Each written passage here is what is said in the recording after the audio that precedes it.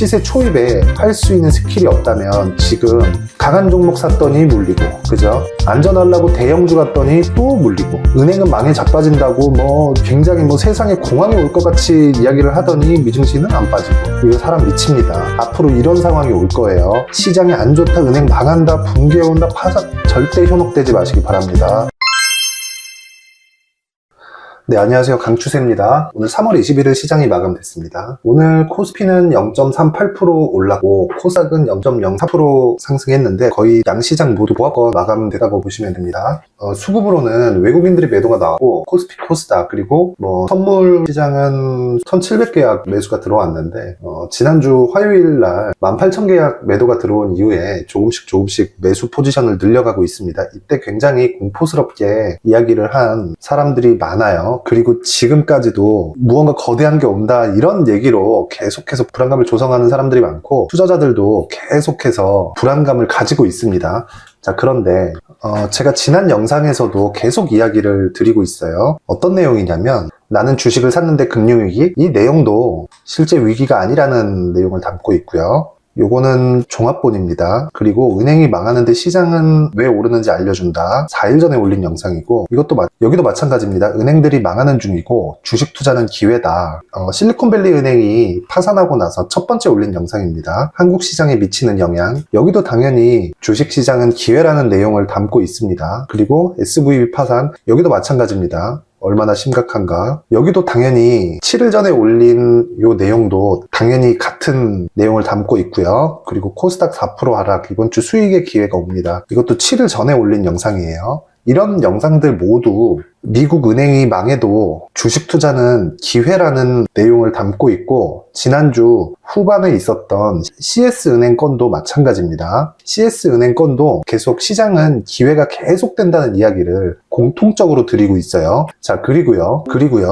오늘 나스닥 선물이 또 오르고요. S&P 500 선물도 또 오릅니다. 채권금리는 반등이 나오는데 FOMC를 앞두고 이제 진정이 되어가는 모습입니다. 자, 그러면 이렇게 생각해 볼 수 있죠. 제가 지난 영상에서 이야기를 드렸었던 내용은 은행주는 당연히 안 되고요. 대형주도 지금은 매매가 안 된다. 하지만 강한 추세를 유지하고 있는 중소형주나 테마 쪽은 강하게 노려야 된다. 근데 그 테마가 한국 시장에서도 엄청나게 커졌습니다. 이렇게 보시면 됩니다. 2차전지가 테마입니까? 아닙니까? 2차전지가 업종이에요. 조선, 철강, 기계, 화학 이런 식으로 업종으로 나눠져 있나요? 아니죠. 2차전지도 테마입니다. 시장을 보는 관점을 다르게 보셔야 될 때가 이미 왔는데 이걸 이해하지 못하면 지금 시장에서 무언가 큰 게 온다고 불안한 감정으로 투자를 못하게 될 겁니다. 그리고 제가 예전 영상에서도 이야기를 드렸었던 내용 중에 누가 봐도 시장의 유동성이 풍부하고 그 유동성으로 인해서 대형주를 앞세운 굉장히 강한 시장이 나왔어요. 이럴 때는 누구나 의심하지 않고 매매를 할 수 있겠지만 지금 같은 시장에서는 혹시라도 잘못 물리면 화려하게 종목 장세가 나오고 있는데 혹시라도 시세의 끝에 물리면 굉장히 고생합니다. 왜 그러냐면요. 지금 굉장히 불안에 떨고 있는 분들이 생각하는 만큼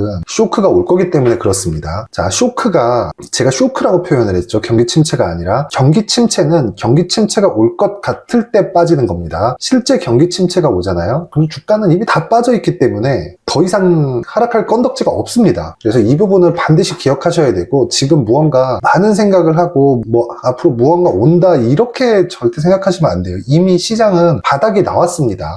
자, 시장이 바닥이 나온 이유를 제가 이야기를 드리겠습니다. 여기 나온 건 애플인데 애플에 대한 비교보다요. 22년도에 금리를 가파르게 상승시키면서 주식이 굉장히 많이 내린 것 같죠? 많이 내린 건 맞아요. 근데 그 많이 내린 것 중에서도 특별히 많이 내린 종목들이 있습니다.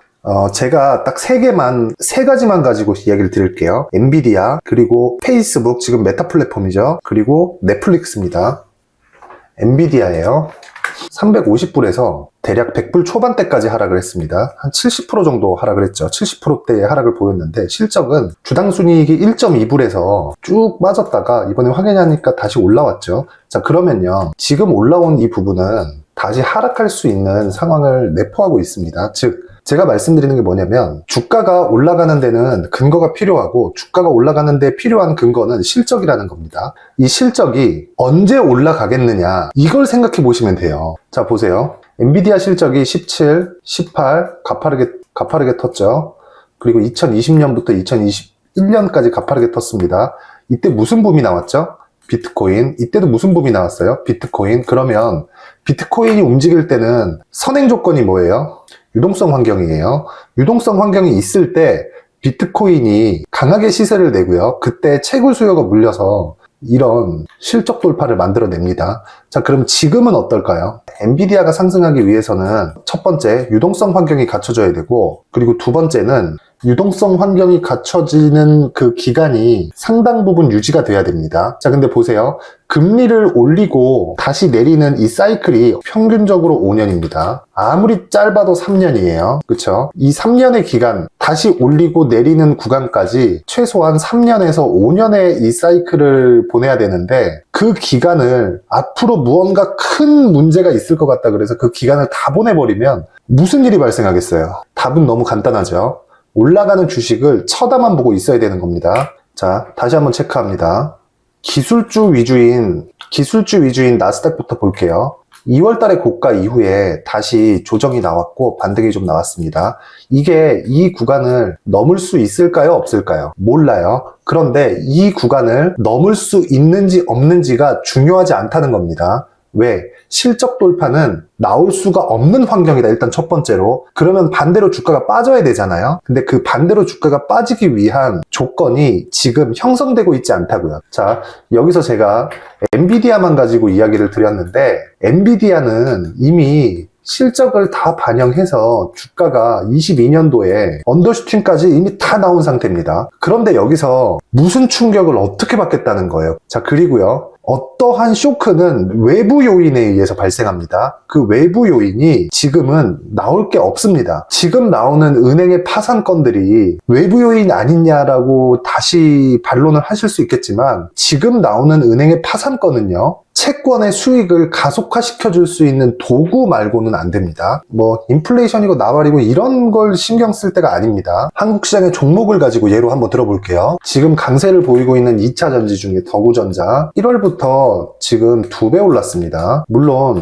뭐 에코프로 이런 종목이 과연 지금 유동성이 풍부해서 움직이는 걸까? 이렇게 한번 생각해 보세요. 아니죠. 자, 이런 부분을 파악하고 무서워서 하지 못하면 이런 쪽으로 공부를 해야 돼요. 어떤 뭐 금융위기, 진짜 아무짝에 쓸모가 없는 겁니다. 그거는 지금 절대 통용되지 않아요. 자, 생각해 보세요. 지금 보세요. 지금 위험하다 뭐 CS은행이 넘어간다 뭐 미국이 지금 뭐 워렌 버핏 거기 오마와 공항에 전용기가 뜨고 지금 난리가 났다. 그러니까 자꾸 불안감을 가중시키는 것 말고는 없습니다. 그렇다 그래서 쉽게 수익을 낼 수 있는 시장이라고 말씀드리는 건 아닙니다.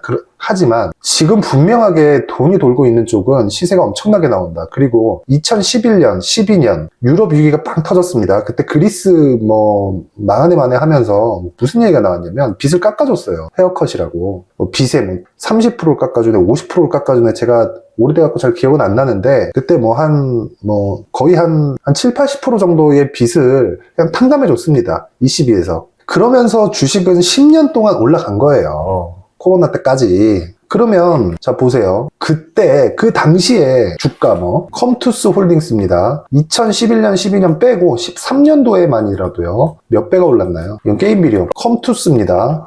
2011, 12년 빼고도요 2013년도에 주가가 몇 배가 올랐나요? 10배가 올랐습니다. 이것뿐이에요? 이거 말고도 수두룩합니다.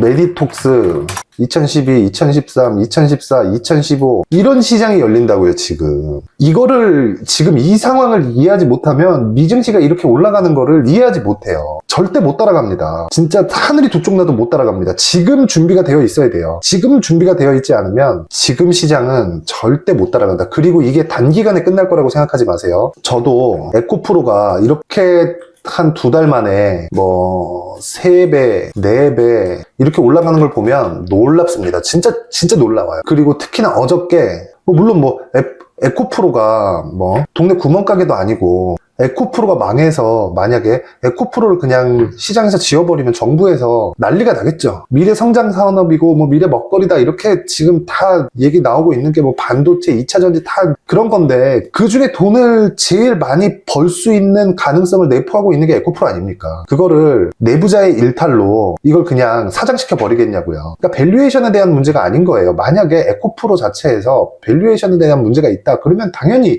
어제 같은 움직임이 안 나옵니다. 당연히 안 나와요. 그런데 그 내용이 아니었다고요.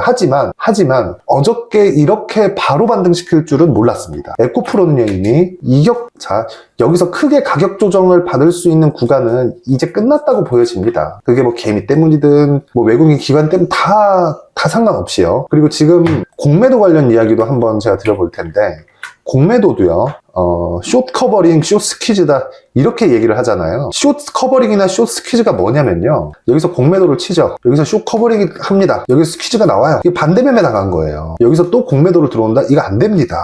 이 숏 포지션, 이 풋은 기본적으로 주식은 0이 되면 끝이잖아요. 그리고 주식을 통해서 레버리지 거래를 할 때도 담보 비율이 타이트하기 때문에 마이너스로 내려가는 경우가 사실상 없습니다. 거의 뭐 그냥 100% 없다고 생각하시면 돼요. 이게 왜 없냐면요 상패가 될 만한 것들은 이미 증거금 100으로 잡아놓습니다. 그리고 그 전에 시장 감리 조치가 다 받아놓은 상태이기 때문에 신용이 가능한 종목은 이런 내용이 없는 종목들로만 구성이 돼 있어요. 그래서 주식은 내가 만약 깡통을 찬다 그러면 몇 번을 했을 때도 0이 될 수는 없어요. 근데 공매도를 포함해서 숏이나 풋은 다릅니다. 이건 달라요. 물론 뭐 기간에 뭐 탄탄한 뭐 이런 것들이 있겠지만요. 자, 오늘 내용 정리합니다. 지금 시장에서 돈이 도는 곳은 추세가 살아있는 종목이다. 제가 그걸 굳이 2차전지라고 꼽지 않을 거예요. 추세가 살아있는 종목이고요. 추세가 살아있는 종목이 계속 나오는 구간은 언제까지냐. 실적이 지금 쭉 내려와 있는 상태죠. 바닥을 계속 확인할 겁니다. 바닥을 확인하는 과정에 주가가 실적 고점은 여긴데 주가가 이만큼 올라와 있잖아요. 그럼 여기까지 맞는 거예요. 그러면 대형주들은 이만큼 올라와 있는 주식은 하면 안 되는 거고 그걸 삼성전자로 봤을 때 65,000원이나 7만원으로 저는 판단을 하고 있습니다. 그러면 지금 삼성전자 가격이 얼마예요? 63,300원이죠. 그래서 제가 대형주는 안 된다, 중소형주 해야 된다. 그리고 이야기가 중소형주라고 하니까 코스닥 잡주라고 생각할 수도 있지만 그런 종목 포함해서 강하게 추세가 살아있는 종목들에 대한 파악이 되어 있어야 됩니다. 그렇지 않으면 돈 절대 못 법니다, 지금. 그리고 이 구간이요 금리 인하 사이클을 고려하면 최대 5년도 갈 수 있습니다. 제가 아까 전에 컴투스 시세 보여드렸죠.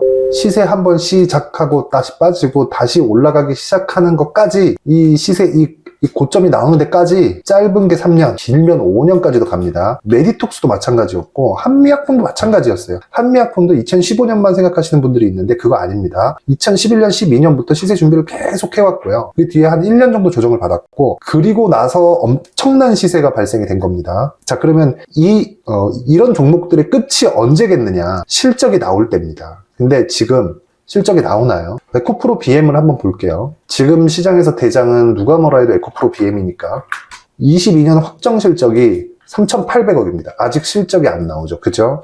시가총액 20조입니다. 지금 예정돼 있는 수주 잔고가 올해 예상된 실적이 뭐 8조 이런 식으로 가고 있어요. 그러면 훨씬 더 올라갈 수 있는 폭이 많은 겁니다. 무엇보다 중요한 건 이런 종목에 대한 파악 뭐 물론 중요해요. 근데 이런 세부적인 내용을 해서 장기 투자를 할 게 아니라 그런 거죠. 에코프로 BM이 쭉 올라왔는데 가격이 먼저 뛰고 실적이 뒤에 따라오죠. 그죠? 근데 만약에요 이 실적이 안 따라올 그러니까 거의 뭐 100% 나오겠지만 안 따라왔을 경우에 내가 들인 이 시간에 대한 기회비용은 일단 날아가는 거고 그게 에코프로처럼 너무 탄탄하고 확실한 이미 한 대기업이 돼버린 이런 데들 말고 다른 중소형주라면 예를 들어서 뭐 재무구조가 탄탄한 이런 류의 중소형주라면 얘기 안 됩니다.